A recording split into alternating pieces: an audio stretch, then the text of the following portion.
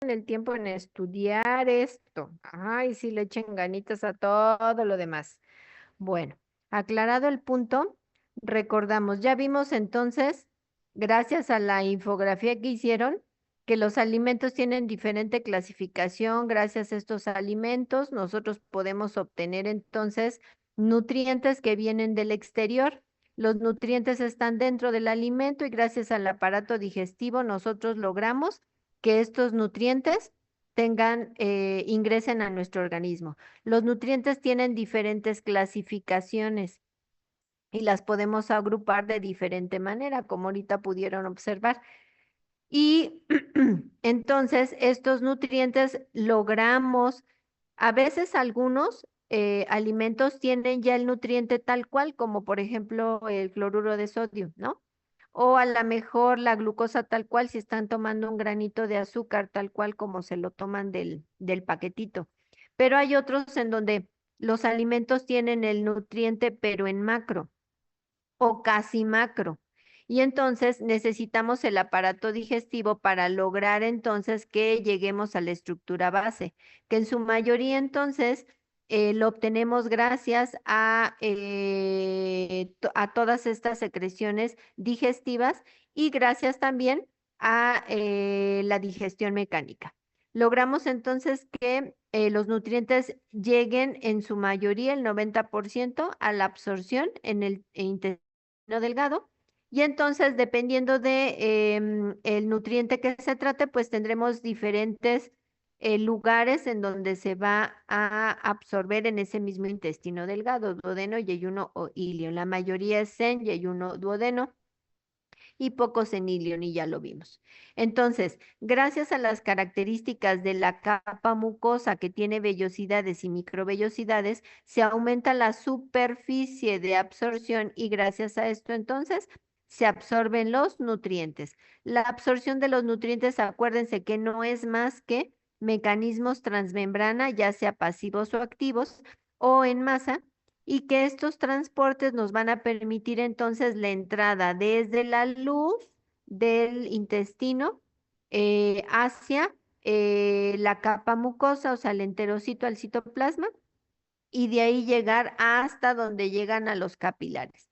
Ya una vez que están en los capilares, pues entonces ya sea que por vía sanguínea o por vía linfática, lleguen al final a distribuirse en todos los diferentes aparatos y sistemas, en los órganos de distribución u órganos blancos. Muchos de estos nutrientes llegan a todo al hablar, llegarán más en algunos órganos que en otros. Y bueno, logrando esto, llegará la célula y entonces a esa célula que llegará habrá nutrientes específicos de algunos órganos, pero muchos de estos pues llegan a la mayoría, ¿no? Y ya sabemos, ya sea en forma de almacén o en forma simplemente de sustrato. Y todo esto abarcó el primer parcial. Empezamos entonces en el segundo parcial. Vamos a ver ahora cómo un nutriente muy, muy, muy importante es la glucosa. La glucosa, cuando se encuentra en sangre, se le llama glicemia o glucemia, dependiendo de en qué idioma lo quieran leer. La cantidad de glucosa en sangre que todos tenemos van a variar los valores dependiendo de la edad. En términos generales, en un adulto, los niveles de esta glucosa en sangre son de 60 a 100 miligramos por decilitro. Esto de acuerdo a las últimas, a la última norma oficial mexicana de diabetes. Anteriormente, y no es muy nueva, es del 2010. Antes, este valor era diferente, pero esto es lo que se sigue hasta la fecha como valor normal de la glucosa. Sus unidades de medida es miligramos por decilitro.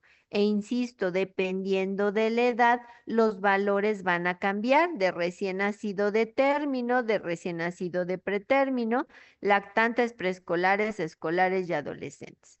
Entonces, nosotros, si tomamos en cuenta que esta sangre nosotros, digo, perdón, esta glucosa, nosotros ya la consumimos, nosotros comimos un alimento y este no alimento, ya sea, como les digo, el granito de azúcar que viene en el paquetito con el que preparan el agua de limón, tal cual, o a lo mejor viene en algún alimento como macro y este llegó a base estructural, que es el monosacárido glucosa, em, para poderse absorber.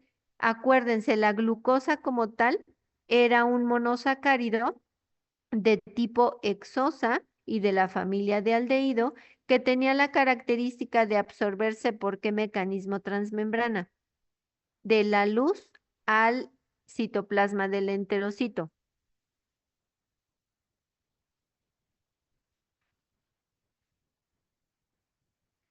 Corran,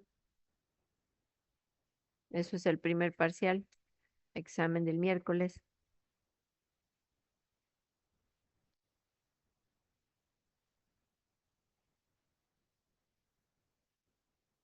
¿No?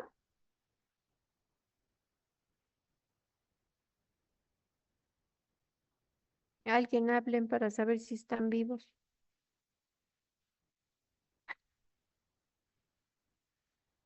Sí, maestra. Así están vivos. Ok, entonces, el mecanismo transmembrana por el cual vamos a lograr que esa glucosa atraviese la luz y llegue al citoplasma del enterocito por fin, ¿qué fue?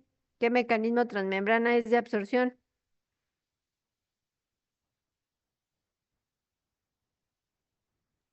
¿No es transporte activo por difusión facilitada?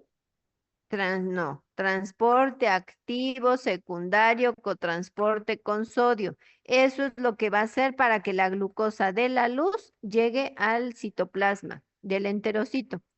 Una vez que esté en el citoplasma, va a atravesar ahora para la submucosa, para poderse ir al transporte, o sea, la circulación.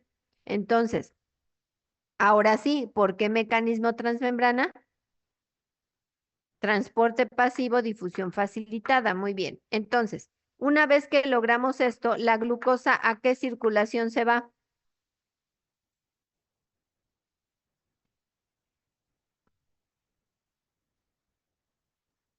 Sanguínea.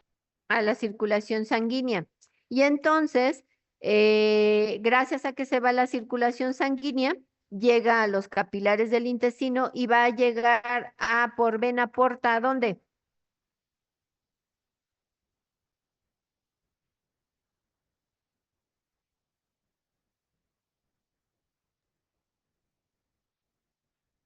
Al hígado, Guadalupe, muy bien.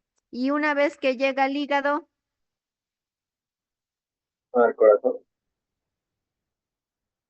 mm, ¿cómo?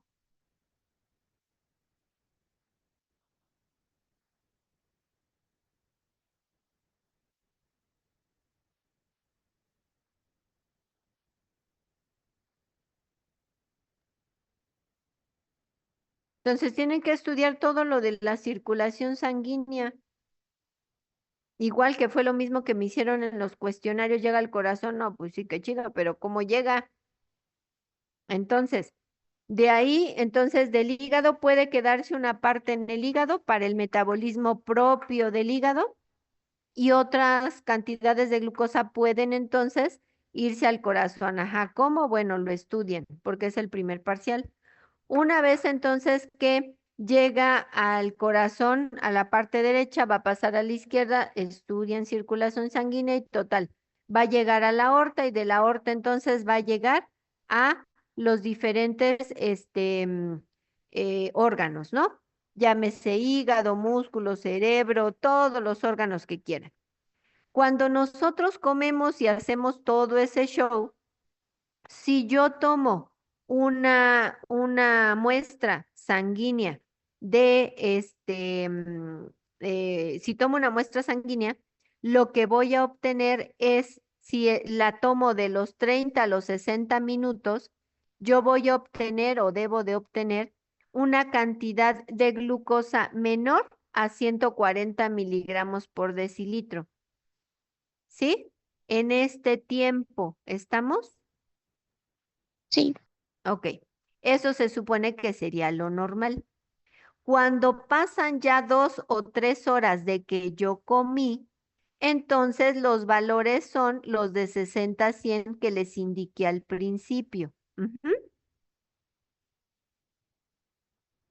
Bueno, entonces, eh, cuando estos valores rebasan 160 miligramos por decilitro y no se diga 170, 180 o más, el problema es que la cantidad de glucosa es tanta que va a tenerse que eliminar para equilibrarse un poco por la orina. A eso se le llama glucosuria. ¿Sí? ¿Entendimos esto o no? Sí.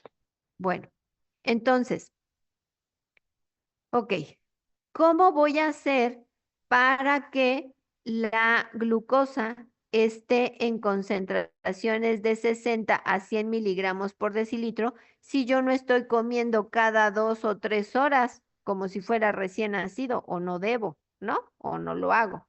Entonces, vamos a ver. Nosotros entonces, gracias a lo que consumimos, entonces logramos que esta glucosa llegue al hígado, ya dijimos, por la vena porta, ¿cierto? Esta glucosa que llegó por la vena porta al hígado se va a convertir en la célula del hígado, en el hepatocito. La glucosa, acuérdense, al llegar a la célula, a cualquiera, va a formar glucosa 6-fosfato, ¿sí? Sí. Esto gracias a qué enzima.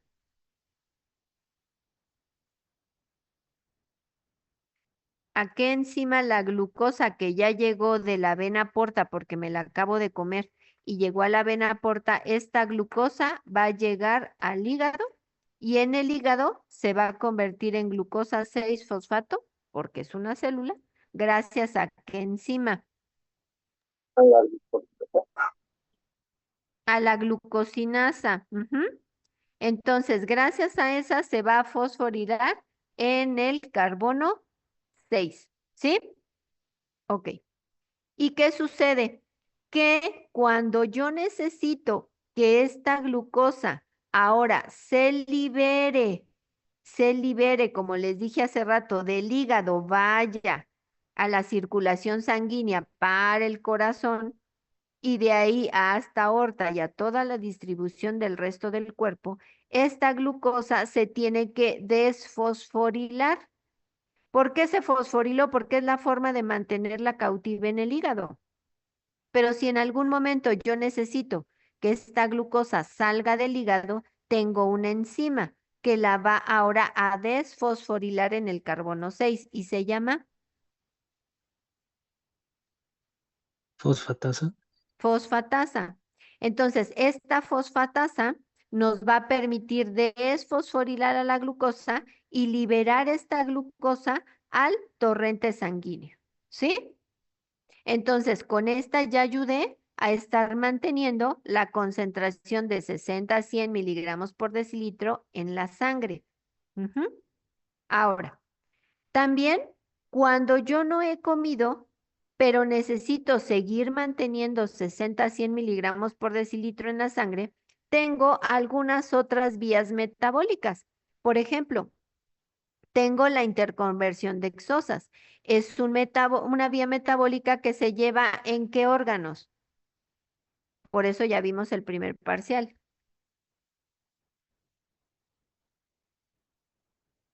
¿En el hígado?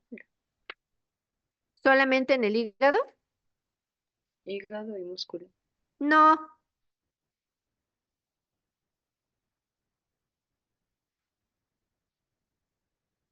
Entonces tienen que estudiar mucho para el examen del miércoles. La interconversión de exosas solamente se lleva a cabo en el hígado. Y entonces esta interconversión de exosas va a lograr que de glucosa y fructosa obtengamos ¿qué? De galactosa y fructosa obtengamos ¿qué? Glucosa, no, glucosa solita sin el 6-fosfato. Y entonces esta glucosa va a poder entonces liberarse al torrente sanguíneo, ¿sí? ¿O no? Sí. Bueno, luego, resulta que también yo tengo otros elementos como aminoácidos, glicerol y ácidos grasos. ¿Por qué están ahí? Pues igual, porque me los acabo, bueno, me los comí en algún momento, pasaron entonces a la absorción, su transporte pasivo o activo, el que les corresponde, y llegaron, en el caso de los aminoácidos, llegaron ¿por qué circulación? Al hígado. Me los acabo de comer, por eso vimos la infografía.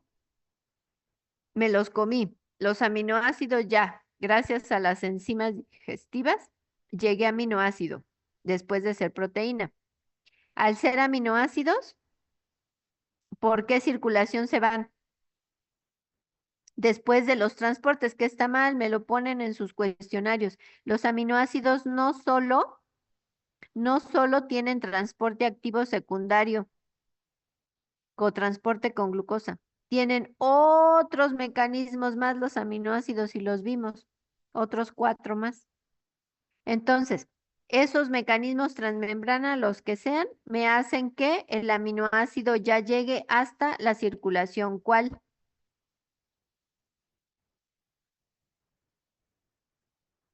¿Cuál? ¿Cuál?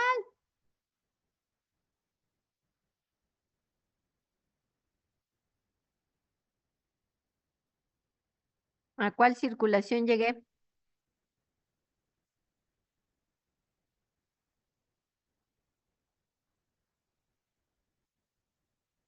Ya se fueron. Ahí están, ¿Sanguínea? ¿o qué? Sanguínea. Entonces, llega por la circulación sanguínea, vena, porta y llega luego al hígado. Y aquí está, ¿ok? Luego, ¿el glicerol por dónde fue?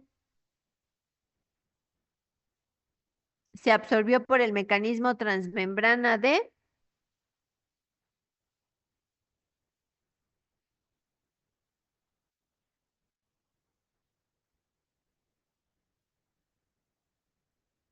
transporte pasivo, ¿qué?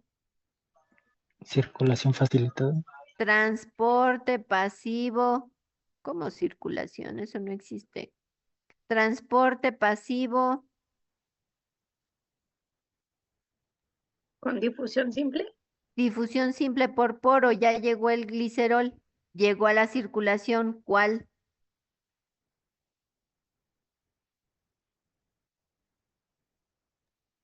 Igual, sanguínea. Sanguínea, porque es glicerol, está chiquito. Sanguínea, vena porta, ya llegó aquí el hígado luego. Ahora, ácidos grasos, ¿cómo? ¿El ácido graso qué? ¿Cómo va a llegar al hígado?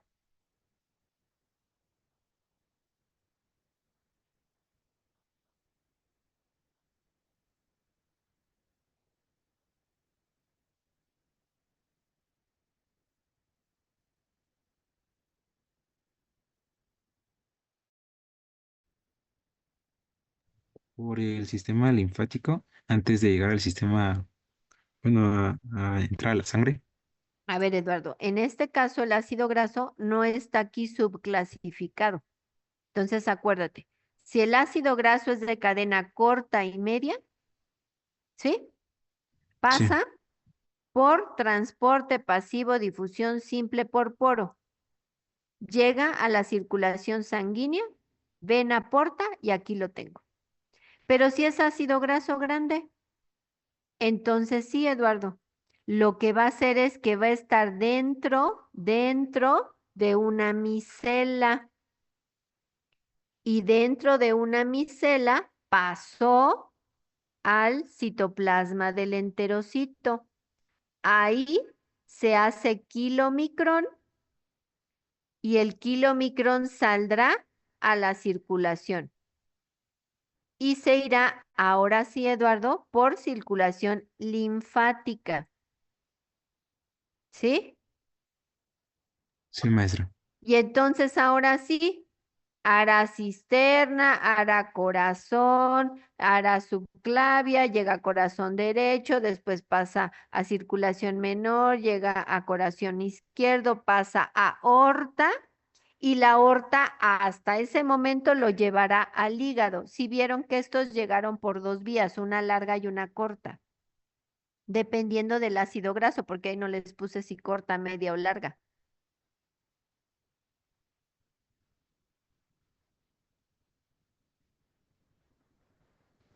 Entonces, para eso vimos el primer parcial. Ya tengo el aminoácido aquí, ya vimos cómo, ya llegó el glicerol aquí, ya vimos cómo, ya llegó el ácido graso aquí, ya vimos cómo.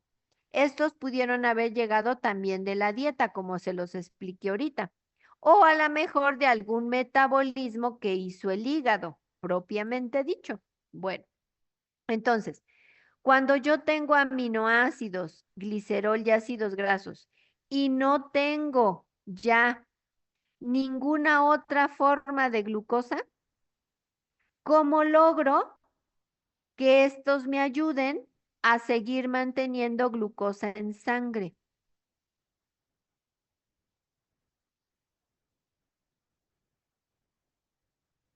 ¿Cómo? ¿Gracias a qué vía metabólica, compañeros?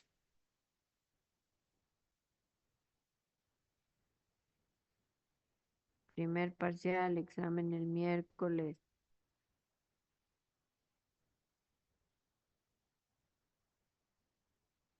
Digan algo aunque estén mal. Cetogénesis. Ok. Cetogénesis, formación de cuerpo cetónico. ¿El aminoácido, el glicerol y el ácido graso es cuerpo cetónico? No. Entonces, ¿no? Otra, Beta oxidación. beta oxidación. Con la beta oxidación yo logro que el ácido graso, el aminoácido o el glicerol se convierta en glucosa. La beta oxidación es la degradación del ácido graso. Este ácido graso lo puedo hacer degradado, pero ¿logro glucosa? No. No, lo que Mm. ahorita yo quiero es seguir ayudando a la glucosa en sangre con estos tres elementos que no son glucosa, que no son carbohidratos, que no son, ya les dije la respuesta, compañeros. Tres elementos que no son carbohidratos y quiero el monosacárido carbohidrato llamado glucosa. ¿Por qué vía? Gluconeogénesis. Ándele, ándele, mi compañero, gluconeo. Pero acuérdense que la gluconeo tiene tres procesos, ¿cierto? El primero es glucólisis inversa. Ese no ocupa el ácido graso, ni el glicerol, ni el aminoácido como sustrato. El segundo proceso es la lanzadera de malato. Tampoco ocupa como sustrato el ácido graso, el glicerol, ni el aminoácido. Entonces, ¿cuál nos queda? Pues el tercer proceso de gluconeo. Y así dice tal cual y lo vimos, donde aminoácidos, glicerol y ácidos grasos se convierten en glucosa. Entonces, gracias a la gluconeo, al tercer proceso de gluconeo, yo voy a poder obtener glucosa. Esta gluconeo solo la lleva a cabo el hígado. Obtengo glucosa y sigo aumentando o manteniendo mi glucosa en sangre. ¿Estamos?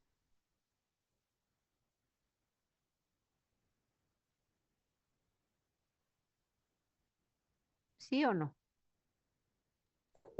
Sí. Bueno, entonces, ¿qué pasa? ¿Qué pasa cuando ha ocurrido cierto tiempo y yo no he comido? Al no haber comido, o en procesos a lo mejor patológicos como una desnutrición, como en este chiquitín, en donde pues es que no hay que comer. Ajá. Entonces, empezamos nosotros a echar mano de la vía de glucogenólisis. Yo ya no tengo la dieta porque no me la acabo de comer. Entonces no han llegado directo estos sustratos a mi hígado para que me ayuden a mantener glucosa. Pero yo antes, previamente, yo ya tenía glucógeno almacenado en mi hígado, ¿sí? Porque yo en ese periodo que no comí, estuve haciendo glucogenogénesis de las glucosas que me sobraron. ¿Sí me explico o no?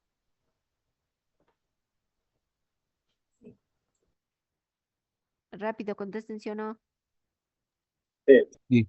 Ok, entonces, esas glucosas que me llegaron directo por vena porta de lo que yo comí, al no utilizarlos, el hígado los manda a la sangre, pero otros les dije que los guarda para su propio metabolismo. Al guardarlos, él empieza a hacer su proceso de glucogenogénesis. ¿Para qué? Para que en periodos de ayuno o cuando no tengo que comer, como en este caso patológico, entonces el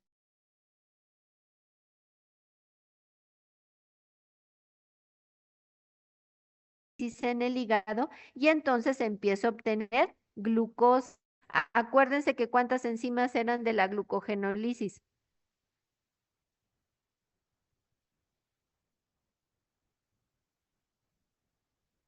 3 exactamente.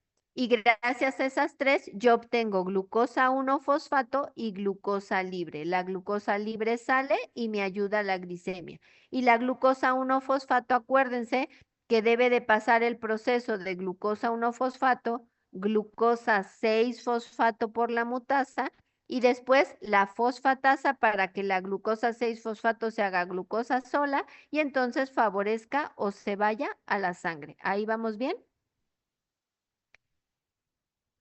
Ok, si yo sigo teniendo otros elementos, glicerol, ácidos grasos y aminoácidos en el hígado guardado, yo puedo seguir haciendo gluconeo y sigo manteniendo ese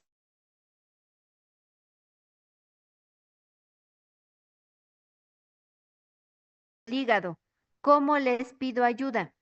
Les pido que por favor hagan lipólisis. ¿Qué era la lipólisis?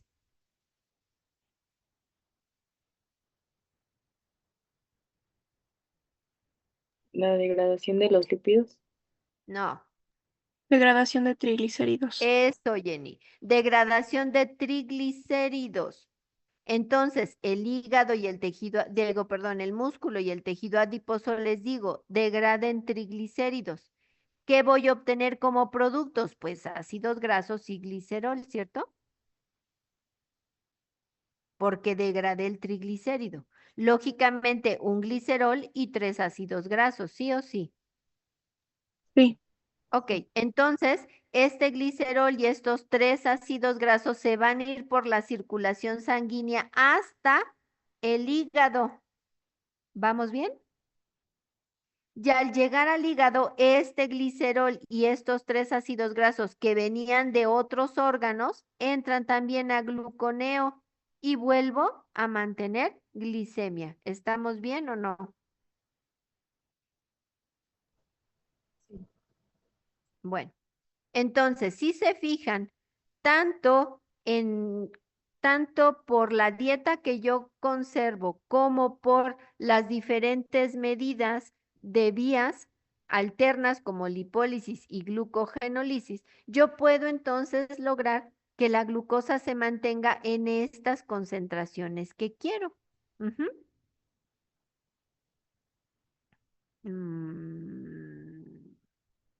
Ok. ¿Qué pasa cuando empiezan a disminuir la cantidad de glucosa en sangre a menos de 70 miligramos por decilitro? Empiezo entonces a solicitarle a los diferentes órganos que me ayuden o me aporten esta cantidad de glucosa. Y entonces volvemos a echar mano y le volvemos a decir al hígado, hígado, ponte a hacer ¿qué?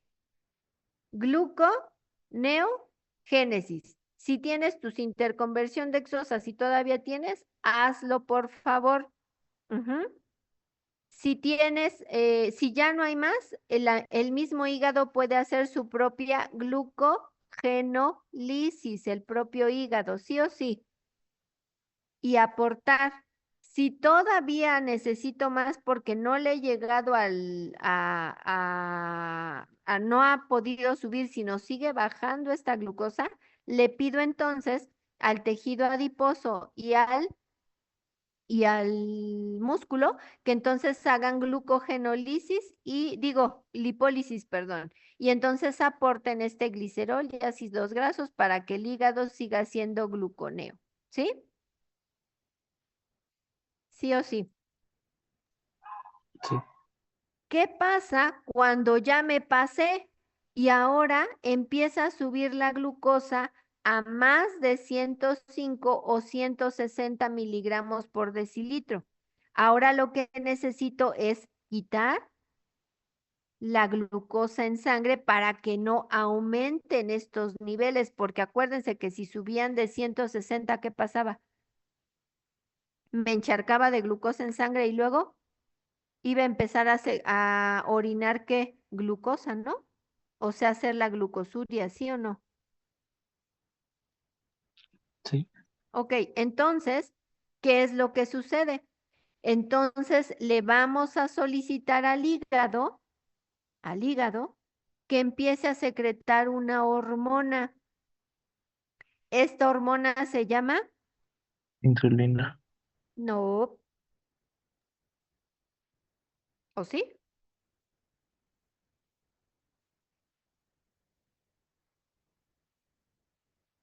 ¿Cuántas hormonas tiene el páncreas? ¿Cuántas hormonas produce el páncreas? ¿Es el glucagón? Tenemos dos, la insulina y el glucagón. Ajá. Cuando la glucosa rebasa los 105, se secreta insulina. Y cuando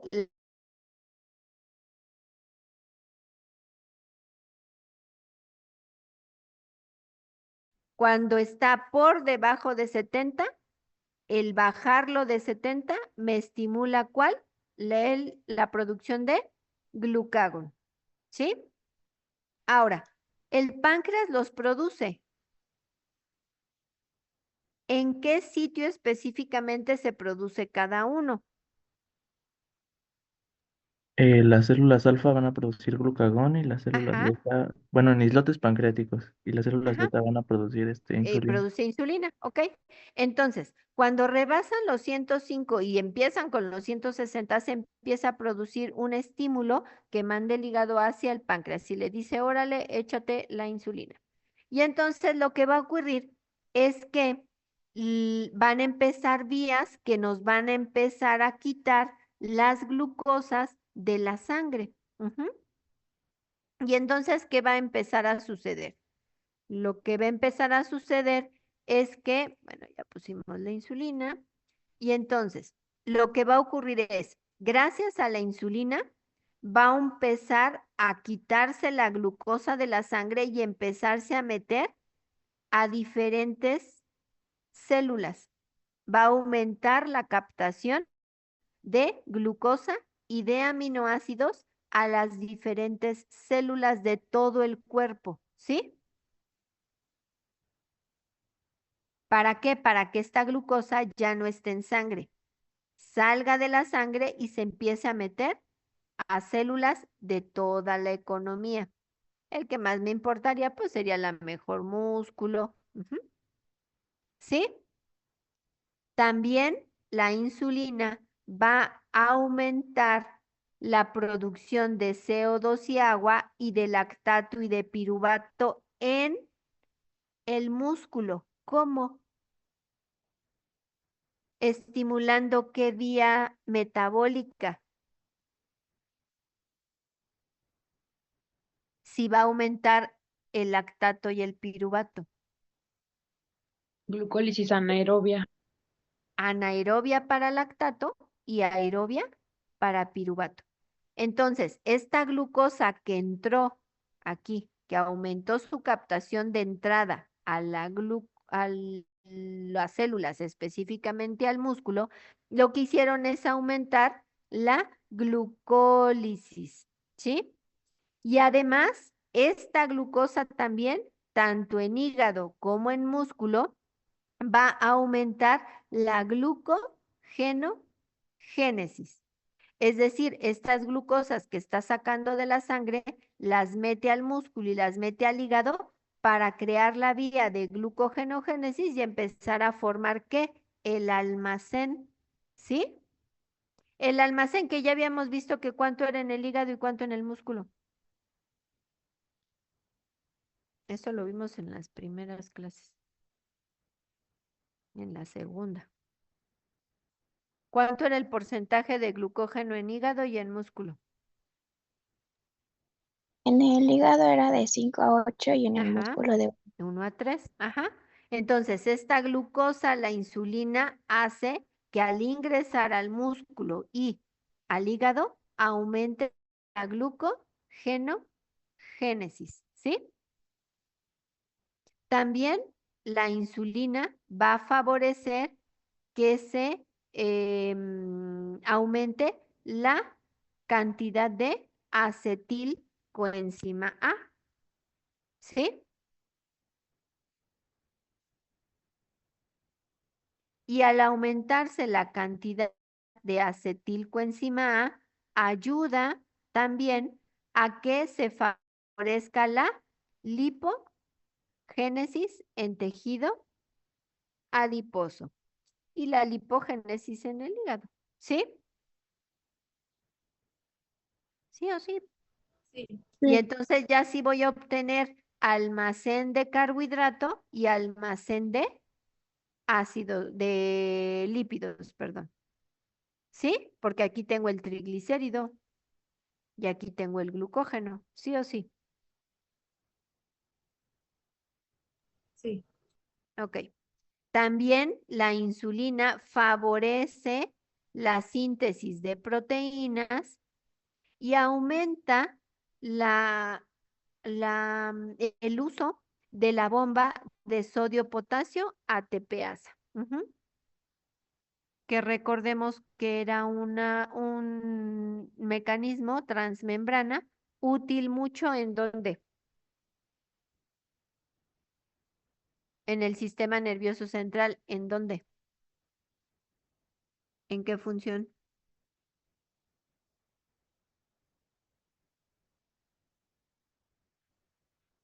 En el potencial de acción.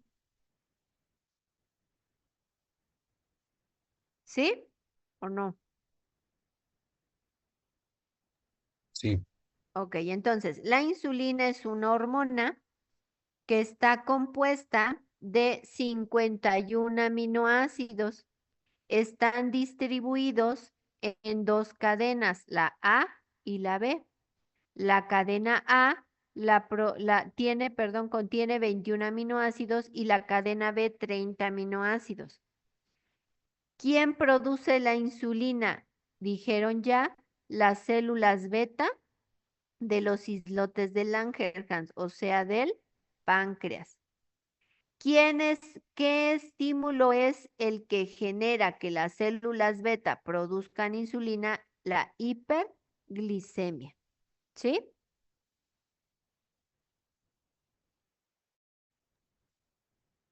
Ahora, ¿qué acciones entonces va a tener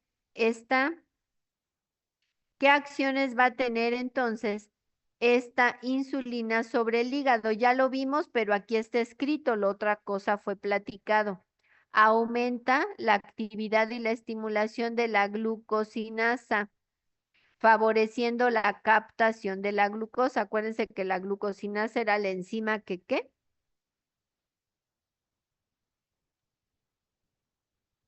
Que fosforilaba en el carbono 6 a la glucosa. Bueno, aumenta la vía de las pentosas al estimular la glucosa 6-fosfato deshidrogenasa, pero esa vía no la vimos. Aumenta la glucólisis, favoreciendo 3 enzimas, la glucosinasa, la fosfofructosinasa y la piruvatocinasa. ¿Se acuerdan estas tres enzimas cuáles eran? Eran enzimas de la glucólisis, pero ¿qué características tenían?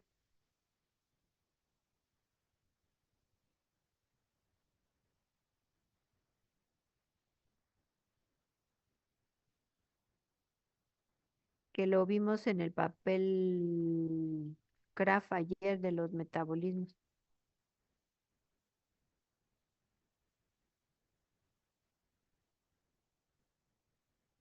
Eran las tres enzimas que en una glucólisis eran irreversibles, pero que se podían sustituir solo en el hígado por las fosfatasas correspondientes en la glucólisis inversa. Glucólisis inversa. Bueno, ok, espero que sí estén escuchando. Favorecen la síntesis de glucógeno, o sea, favorecen la glucogenogénesis gracias a que aumentan la acción de la enzima sintetasa. Reduce la gluconeogénesis porque disminuye la fosfoenol piruvato carboxilasa. ¿Esa dónde la usábamos?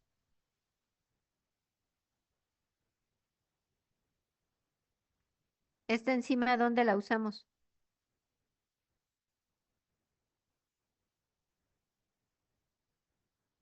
Ahí están. ¿Dónde usamos esta enzima? Ajá, en la glucólisis inversa. En la gluconeogénesis, en el primer proceso, cuando queríamos convertir de piruvato a fosfoenolpiruvato, en la inversa. Estimula la síntesis de proteínas y estimula la síntesis de lípidos, ¿ok? Estimulando la acción o la actividad de la ATP citratoliasa, la carboxilasa, la enzima málica y la dihidroxiglutaril coenzima A reductasa. E inhibe la formación de cuerpos cetónicos. Acuérdense, esto solo en el hígado. En el tejido muscular estimula la entrada de glucosa.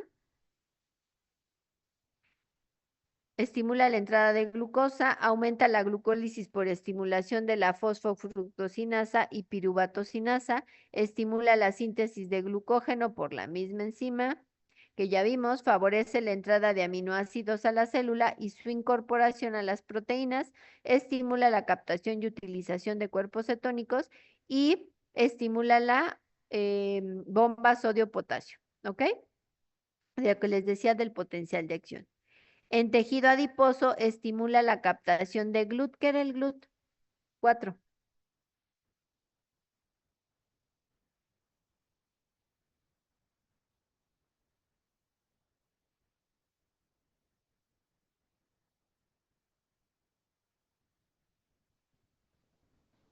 ¿Ahí están o qué? Glutamato. No.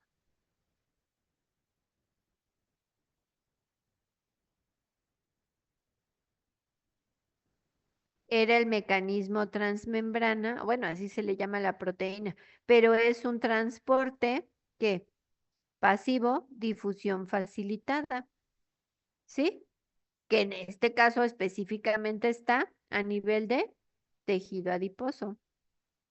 Entonces, aumenta la captación gracias a aumentar esta proteína de la glucosa en tejido adiposo.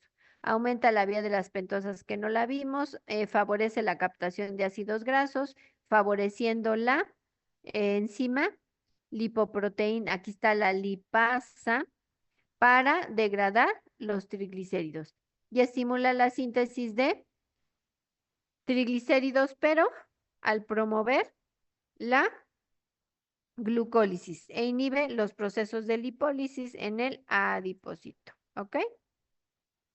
Bueno, ¿qué es el glucagón? El glucagón es una hormona que está compuesta de 29 aminoácidos. ¿Quién la produce? Las células alfa, como ya nos hicieron favor de decir, en los islotes de Langerhans, que son las células del páncreas.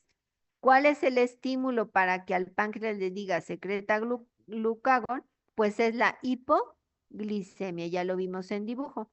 ¿Cuáles son las funciones del glucagón? Ahora en el hígado, aumentar la glucogenólisis, la glucogenogénesis, la glicemia, incrementa la producción de urea, creatinina y ácido úrico, la beta-oxidación y cetogénesis, aumenta la captación de aminoácidos, disminuye la glucogenogénesis. ¿Y en el músculo qué hace?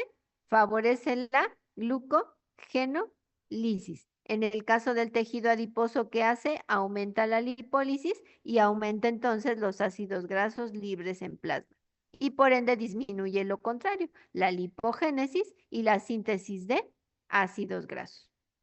¿Qué es el ciclo de Cori? Ya acabamos entonces que cómo ayudamos o cómo favorecemos a que la glucosa se mantenga en concentraciones. ¿Gracias a qué? A la insulina y al glucagón y a las diferentes interacciones que va a hacer en los diferentes órganos, principalmente tejido adiposo, músculo y hígado, en las diferentes vías, ¿ok? Ahora, hay otra cosa que se llama ciclo de Cori. ¿Qué es el ciclo de Cori?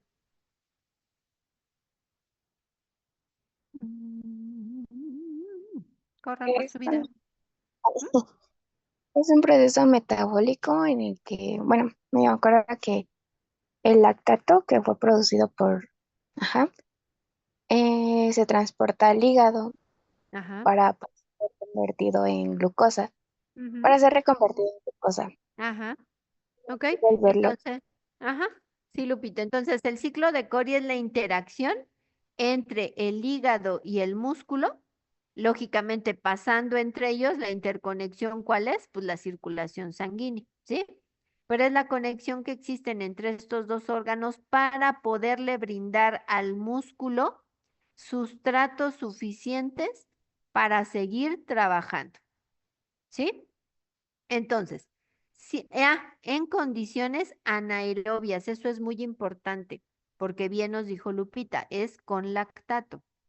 Entonces, el ciclo de Cori, por ende, va a iniciar cuando la glucosa, que ya está fosforilada en el carbono 6, empieza entonces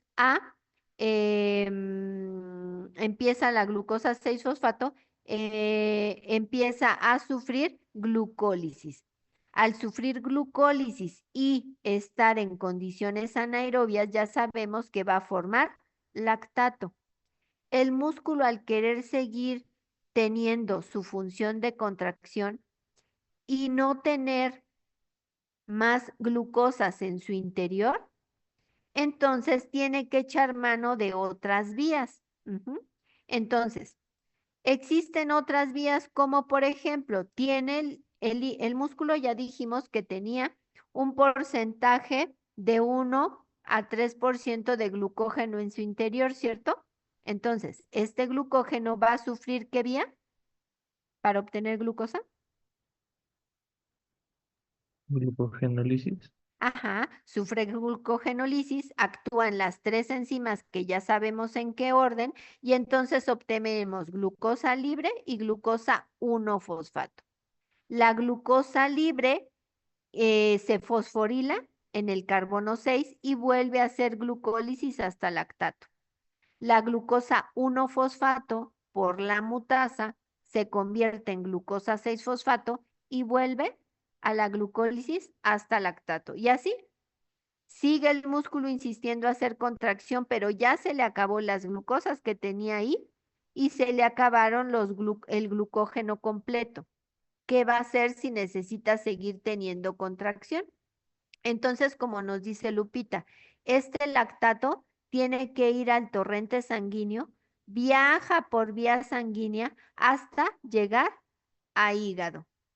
¿Para qué? Para que este hígado sea capaz de convertirlo en glucosa 6-fosfato. ¿Por qué vía lo va a hacer? Gluconeogénesis. Ajá, por la primer proceso de gluconeogénesis que se llama, Lupita. Primer proceso de gluconeogénesis que se llama, de aquí para acá, ¿cómo se Glucólisis llama? inversa. Glucólisis inversa. Gracias a esas 3 enzimas que les dije hace rato, que no están en la glucólisis del músculo, el músculo no tiene esas 3 enzimas de reversibles, las tiene irreversibles, la de la exocinasa, la de la fosfofructosinasa y la de la deshidrogenasa. Esas 3 no las tiene reversibles, las tiene irreversibles. Entonces, tiene que mandar el lactato para que esta que sí tiene esas 3 vías, la haga la gluconeogénesis y obtenga glucosa 6-fosfato. La glucosa 6-fosfato, ¿qué le ocurre? La desfosforila en el carbono 6, ¿gracias a qué enzima? En el hígado, ¿eh? Aquí estoy. ¿Gracias a qué enzima?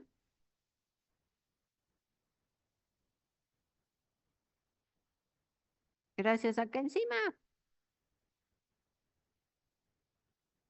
A la fosfatasa, la glucosa 6-fosfato se queda como glucosa libre y entonces, ¿qué hace? La va a regresar al músculo.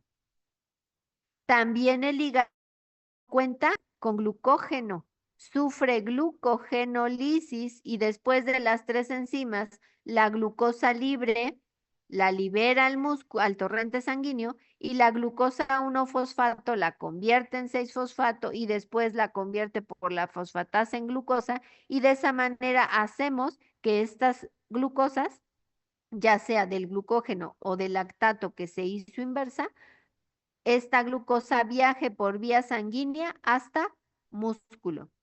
En el músculo se capta por la GLUT, entra el glucosa por la exocinasa, se hace 6-fosfato y empieza la glucólisis, ¿qué? Anaerobia. Y así se hace el círculo. Lactato y se hace y lactato, ¿sí? Sí. Bueno, y de esa manera entonces terminamos regulación de glicemia con ciclo de Cori. Ujú.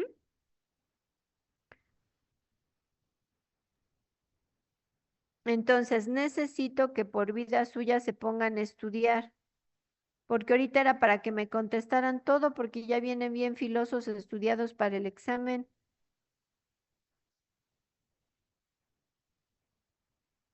¿No?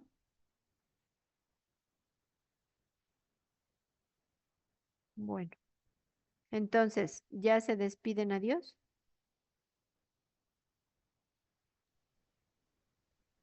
Sí, maestra, hasta luego. ¿Dudas no hay? No. Bueno, estudien, adiós. Disculpe, tengo una duda. Te disculpo. ¿Qué pasó? No vamos a ver nada de somatostatina ni nada de eso, ¿verdad? No. ¿Para qué la quieres? No, pues nada más porque según yo regulaba, bueno, glucagón e insulina, pero no, ¿verdad? No lo vamos a ver. No, pues ¿para qué nos metemos en ondas si lo mínimo que necesito es que se aprendan esto? Bueno, gracias. Ajá. Bueno, entonces bye, gracias a Dios.